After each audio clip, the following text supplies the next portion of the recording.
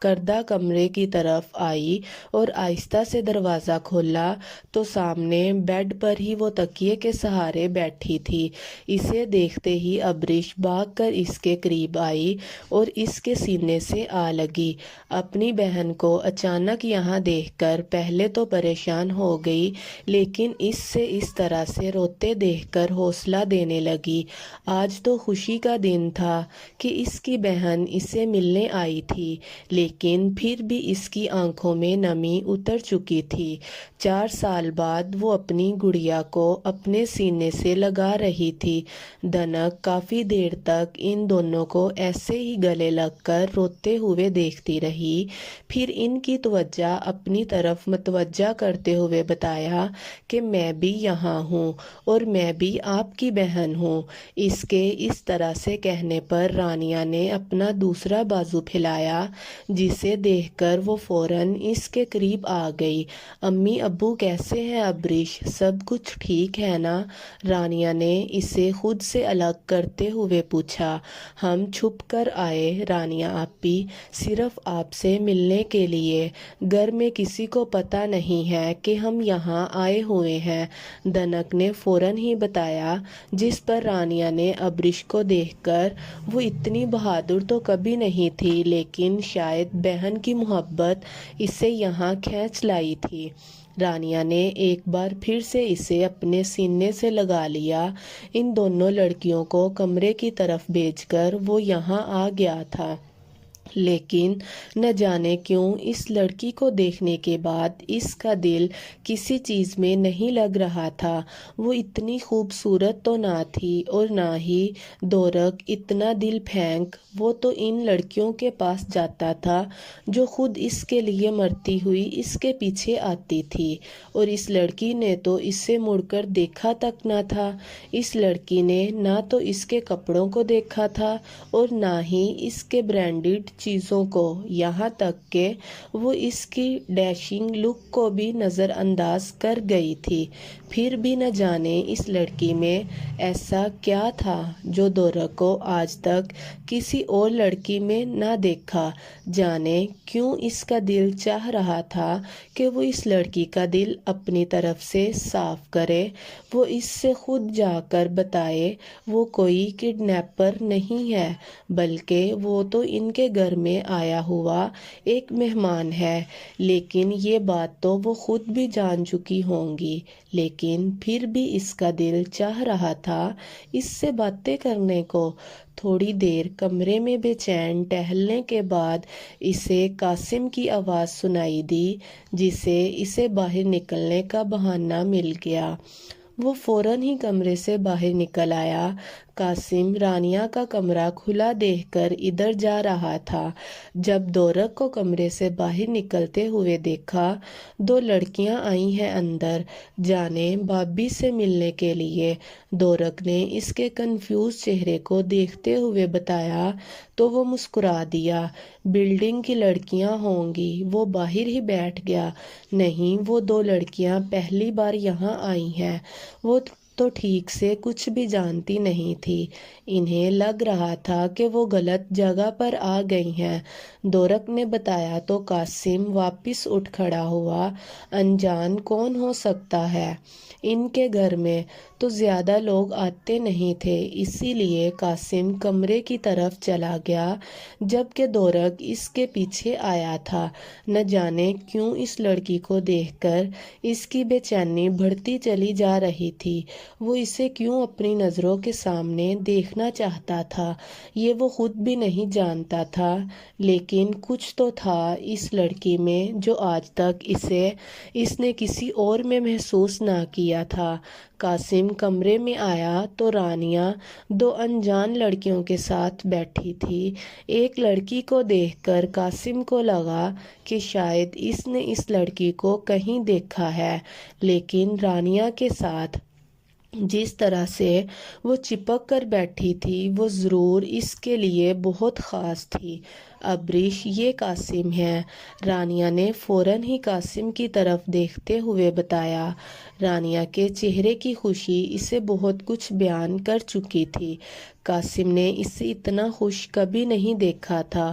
جو انجانی سی اداسی اس کے چہرے پر ہمیشہ چھائی رہتی تھی، آج وہ اسے کہیں نہیں نظر آئی تھی۔ آج رانیہ بہت خوش تھی۔ ابریش اور دھنک نے فوراً اٹھ کر اسے سلام کیا۔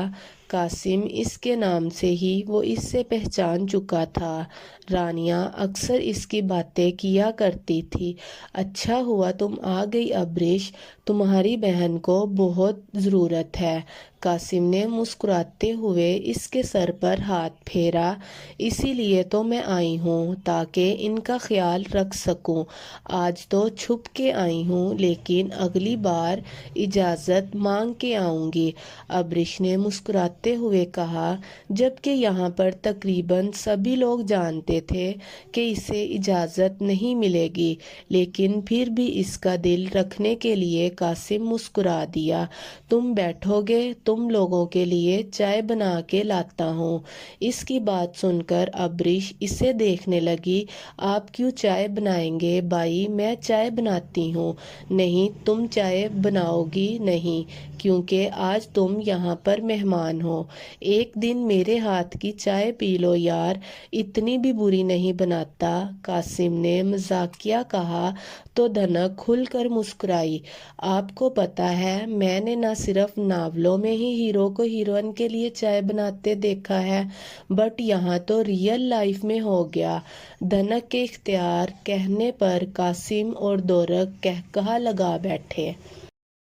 جبکہ ان دونوں کے اس طرح بننے دھنک شرمندہ ہو گئی۔ پھر قاسم سب کے لیے چائے بنا کے لایا۔ قاسم بہترین چائے بناتا تھا۔ ابریش کو بھی اس کی تعریف کرنی ہی پڑی، جبکہ دورک ہر چیز بلائے صرف ابریش کو نظروں کے حصار میں لیے ہوئے تھا۔ اسے لگ رہا تھا جیسے دنیا بہت خوبصورت ہے۔ آج سے پہلے اس نے ایسا کبھی محسوس نہیں کیا تھا۔ سامنے بیٹھی لڑکی میں ایسا کیا تھا جو اس نے کبھی کسی اور میں نہ دیکھا تھا؟ اسے زندگی اتنی خوبصورت کبھی نہ لگی تھی۔ ایک ہی دن میں اسے کیا ہو گیا تھا؟ اس کا دل چاہ رہا تھا کہ یہ لڑکی کبھی اس کی آنکھوں سے اوجھل نہ ہو، لیکن ایسا ممکن بھی نہ تھا۔ ابریش کو واپس گھر جانا تھا۔ تھوڑی دیر مزید وہاں بیٹھ کر وہ دونوں گھر کے لیے نکلیں، رانیہ سے دوبارہ آنے کا وعدہ کر کے۔ وہ تو اس سے بہت سارے شکوے کرنا چاہتی تھی، اس سے ناراض رہنا چاہتی تھی۔ اس کا دل چاہتا تھا کہ کبھی رانیہ سے بات نہ کرے، لیکن وہ ایسا نہ کر سکی، شاید ان کا رشتہ ہی ایسا تھا۔ زہرا نے جیسے ہی دروازہ کھولا، حسین ان کے سامنے تھا۔ 6 ماہ بعد اپنے بیٹے کو دیکھ کر زہرا کی آنکھوں میں بے اختیار نمی اتری اور پھر اس کے سینے سے لگ کر بہت روئی۔ حسین نے انہیں چپ نہیں کروایا، کیونکہ وہ چاہتا تھا کہ ان کا سارا غبار نکل جائے۔ ان سے دور رہ کر بہت خود بھی خوش نہ تھا۔ زہرا سے ملنے کے بعد وہ رضوان صاحب کے پاس آیا تھا، بنا کوئی گلہ شکوہ کیے، نہ جانے کتنی دیر ان کے قریب بیٹھا رہا۔ ان کی طبیعت بہت خراب تھی۔ کیسا بیٹا تھا وہ اپنے باپ کی حالت سے انجان تھا، لیکن اب وہ مزید انجان رہنے کا ارادہ نہیں رکھتا تھا۔ ہاں، یہ سچ تھا کہ اس لڑکی کو ڈھونڈ کر اس لڑکی سے معافی مانگنا چاہتا تھا، لیکن اس انجان کے لیے وہ اپنے اپنوں کو تکلیف پہنچا رہا تھا۔ اس بات کا احساس اسے آج ہوا تھا۔ بیٹا، اب یہ ساری باتیں بھول کر تم شادی کر لو، اپنی ذمہ داریاں سمجھو، اس احساس سے باہر نکلو۔ جو بھی ہوا انجانے میں ہوا۔ وہ عورت مرنے سے پہلے تمہیں معاف کر چکی تھی۔ تم سے جتنا ہو سکا تم نے اتنا اس لڑکی کو ڈھونڈنے کی کوشش کی۔ لیکن اس کا ملنا تمہارے نصیب میں ہی نہیں۔ حسین، زندگی ایک جگہ روکی نہیں جاتی۔ رضوان اور زہرا نے اسے سمجھاتے ہوئے کہا، ٹھیک ہے ڈیڈ موم، آپ جو کہیں گے میں وہی کروں گا۔ شاید آپ لوگ ٹھیک کہہ رہے ہیں، میں بھی اب ان سب چیزوں کو نہیں پڑھنا چاہتا۔ حسین نے ان کی طرف دیکھتے ہوئے کہا تو رضوان صاحب کے چہرے پر ایک الگ ہی خوشی تھی۔ ٹھیک ہے تو ہم تمہارے لیے لڑکی ڈھونڈتے ہیں تاکہ جلد سے جلد تمہیں دلہا بنائیں۔ زہرا نے مسکراتے ہوئے کہا، نہیں نہیں ماما، آپ کو اس پرابلم سے نہ گزرنا پڑے، اسی لیے اپنے لیے لڑکی میں خود پسند کر آیا ہوں، آپ کو بس چل کر اس کا ہاتھ مانگنا ہے۔ حسین نے مسکراتے ہوئے بتایا تو رضوان اور زہرا کے چہرے پر بھی مسکراہٹ کھل اٹھی۔ شاید یہی لڑکی وہ وجہ تھی جس کے لیے حسین نے اپنی زندگی میں آگے بڑھنے کا فیصلہ کیا تھا۔ ریحان جب سے گھر آیا تھا بس وسی وسی ہی کیے جا رہی تھی۔ فون پر بھی وسی نام سن کر وہ اکتا چکا تھا۔ حیا کے منہ سے کسی اور لڑکے کی اس طرح کی تعریف سننا اسے بالکل اچھا نہیں لگ رہا تھا، اور بات بات پر اسے اپنا بیسٹ فرینڈ کہنا ریحان کو عجیب سی جلن میں مبتلا کر رہا تھا، لیکن اس کے سامنے خود کو نارمل رکھنے کی بہت کوشش کر رہا تھا۔ پھر آخرکار صبر کا پیمانہ لبریز ہو گیا۔ بس کرو حیا، بہت ہو گیا، جب سے میں آیا ہوں بس وسی وسی ہی کیے جا رہی ہو، اس کے علاوہ اور بھی کچھ ہے یا نہیں؟ جب سے آیا ہوں تم نے ایک بار بھی پوچھا ریحان آپ کیسے ہیں؟ ایک بار نہیں پوچھا کہ آپ نے کچھ کھایا بھی ہے یا نہیں؟ سفر کیسا رہا؟ حیا میں مانتا ہوں وسی تمہارا دوست ہے، لیکن اس کے علاوہ بھی تو کچھ ہے، اور مجھے یہ وسی بالکل بھی پسند نہیں ہے۔ تمہارا بیسٹ فرینڈ میں ہوں، اگر تم بھول گئی ہو تو جتنا جلدی ہو سکے یاد کر لو۔ وہ اسے سختی سے کہتا اٹھ کر اندر چلا گیا، جبکہ اس کے غصے کو دیکھ کر حیا پریشان ہو گئی۔ کیا وہ واقعی ہی وسی کیے جا رہی تھی؟ وسی اس کا دوست ہے، اس میں اتنا برا ماننے والی کیا بات تھی؟ حیا نے پریشانی سے سوچا، پھر اسے منانے کے لیے خود ہی شام میں اس کے لیے کچھ اس کا فیورٹ بنانے لگی تاکہ وہ اس سے راضی ہو جائے، لیکن آج اس کے غصے کے بعد اس نے ایک بات کا اندازہ لگا لیا تھا کہ اسے وسی پسند نہیں ہے، اسی لیے اب ریحان کے سامنے وہ کبھی وسی کا ذکر نہ کرنے کے بارے میں سوچے گی بھی نہیں۔ ارے ابھی تجھے گئے ہوئے دن ہی کتنے ہوئے ہیں کہ تو واپس آ رہا ہے؟ دورک نے تقریباً سب کچھ ہی اس کے پیچھے سنبھال لیا تھا۔ اس کا ارادہ تھا کہ وہ حسین کو کہے گا کہ زیادہ سے زیادہ وقت اپنے والدین کے ساتھ گزارے، لیکن حسین نے آج صبح اسے فون کر کے بتایا تھا کہ وہ واپس آ رہا ہے۔ ابھی اسے گئے ہوئے مشکل سے ایک ہفتہ ہوا تھا۔ میں نہیں آ رہا اسٹوپڈ، سب لوگ آ رہے ہیں، موم ڈیڈ سب۔ حسین نے بتایا، وجہ بتانا پسند کریں گے؟